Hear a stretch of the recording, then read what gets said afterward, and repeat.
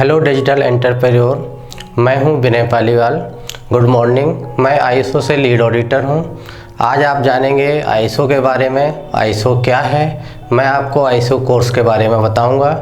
ISO में किस किस तरह की कंपनियां आईएसओ ले सकती हैं, कौन से इसमें कोर्सेज हैं, कौन से आईएसओ होते हैं, आईएसओ लेने के कौन से फ़ायदे होते हैं और किस तरह की कंपनियां आईएसओ ले सकती हैं। तो दोस्तों शुरू करते हैं। सबसे पहले आईएसओ क्या है।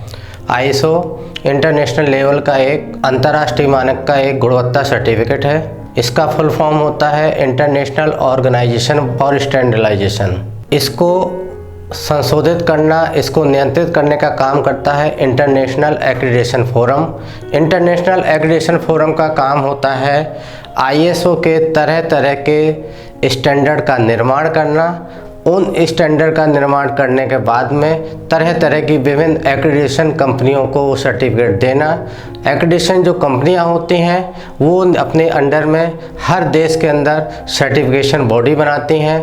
सर्टिफिकेशन बॉडी का काम होता है कंपनियों की जांच करके, कंपनियों के साइट पे विजिट करके, उनके सिस्टम को चेक करके, उनके सिस्टम के इम्प्लीमेंटेशन के लिए ट्रेनिंग देकर उनको आईएसओ सर्टिफिकेशन देने का काम करना। ये हो गया आईएसओ।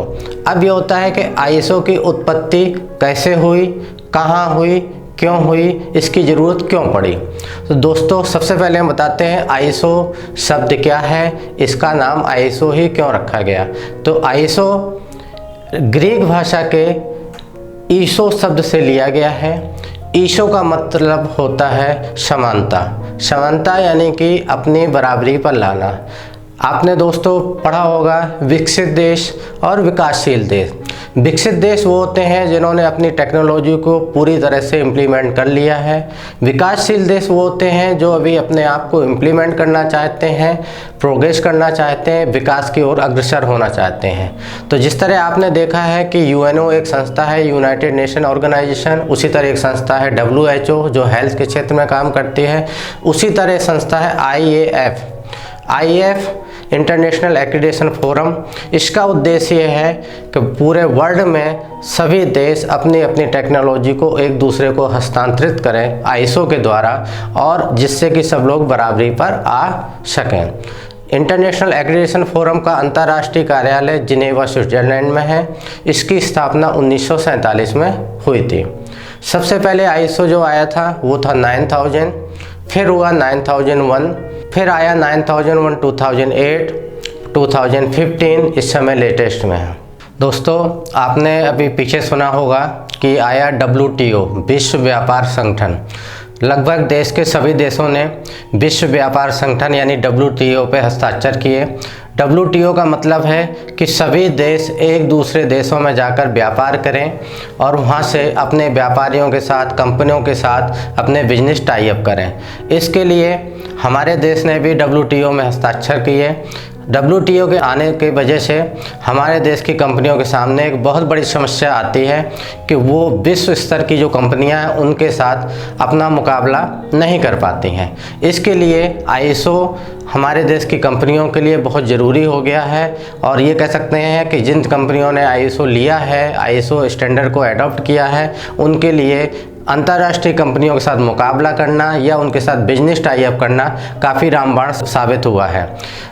इसीलिए आज हमारे देश में आईएसओ की बहुत ज़्यादा आवश्यकता है। और जितनी भी खासकर नई कंपनियां जो अपनी स्थापना करने जा रही हैं या शुरुआती दौर पर संघर्ष कर रही हैं, अगर वो शुरुआत से ही आईएसओ को अडॉप्ट कर लेते हैं, आईएसओ के सिस्टम को ले लेते हैं, उसके क्वालिटी स्टैंडर्ड को अपना लेते हैं, तो उन्हें बहुत जल्दी ही अपने बिजनेस को ग्रोथ करने में मदद मिलती है। और उन्हें दूसरी अंतर्राष्ट्रीय संस्थाओं के साथ अगर बिजनेस टाई अप करना है या व्यापार का आदान प्रदान करना है तो उसमें उनको बहुत सारी आसानी महसूस होती है। तो दोस्तों आज ज़रूरत है समय की कि हम देश और विदेश में जाकर बिजनेस करें, व्यापार करें, अपनी चीज़ों का आदान प्रदान करें। इसके लिए हमें अपने आप को अपडेट होना पड़ेगा अंतर्राष्ट्रीय मानकों के हिसाब से। अंतर्राष्ट्रीय मानक स्टैंडर्ड के द्वारा, डिफरेंट स्टैंडर्ड के द्वारा, आईएसओ के द्वारा बहुत से प्रोडक्ट सर्टिफिकेशन होता है, उनके द्वारा अपनाए जाते हैं। दोस्तों, ये ज़रूरी नहीं है कि केवल बड़ी कंपनियां या मल्टीनेशनल कंपनियों के लिए ही आईएसओ की आवश्यकता है। छोटे छोटे शहरों में, छोटे छोटे देहाती एरियाओं में, छोटे छोटे कस्बों में छोटी छोटी कंपनियां, चाहे वो रिटेलर हों, होलसेलर हों, मैन्युफैक्चरर हों, स्कूल्स हों, पैथोलॉजी हों, हॉस्पिटल्स हों, रेस्टोरेंट हों, या विभिन्न प्रकार की सेवाएं वाली कंपनियों को भी आप आईएसओ लेने के लिए प्रेरित कर सकते हैं। अगर ऐसी कंपनियां को आप आईएसओ लेने के लिए प्रेरित करते हैं तो इन्हीं छोटी छोटी कंपनियों के द्वारा बहुत सारे रोजगार के अवसर निकल के आते हैं, उनको आप आगे बढ़ने में मदद कर सकते हैं और उनके द्वारा एक अच्छा पैसा भी आप कमा सकते हैं। तो दोस्तों, बहुत बहुत धन्यवाद इस चैप्टर में। अब हम अगले चैप्टर में मिलेंगे, अगले कोर्स में मिलेंगे, जिसमें हम आईएसओ के बारे में और बहुत कुछ थोड़ा बहुत आपको बताएंगे। नमस्कार।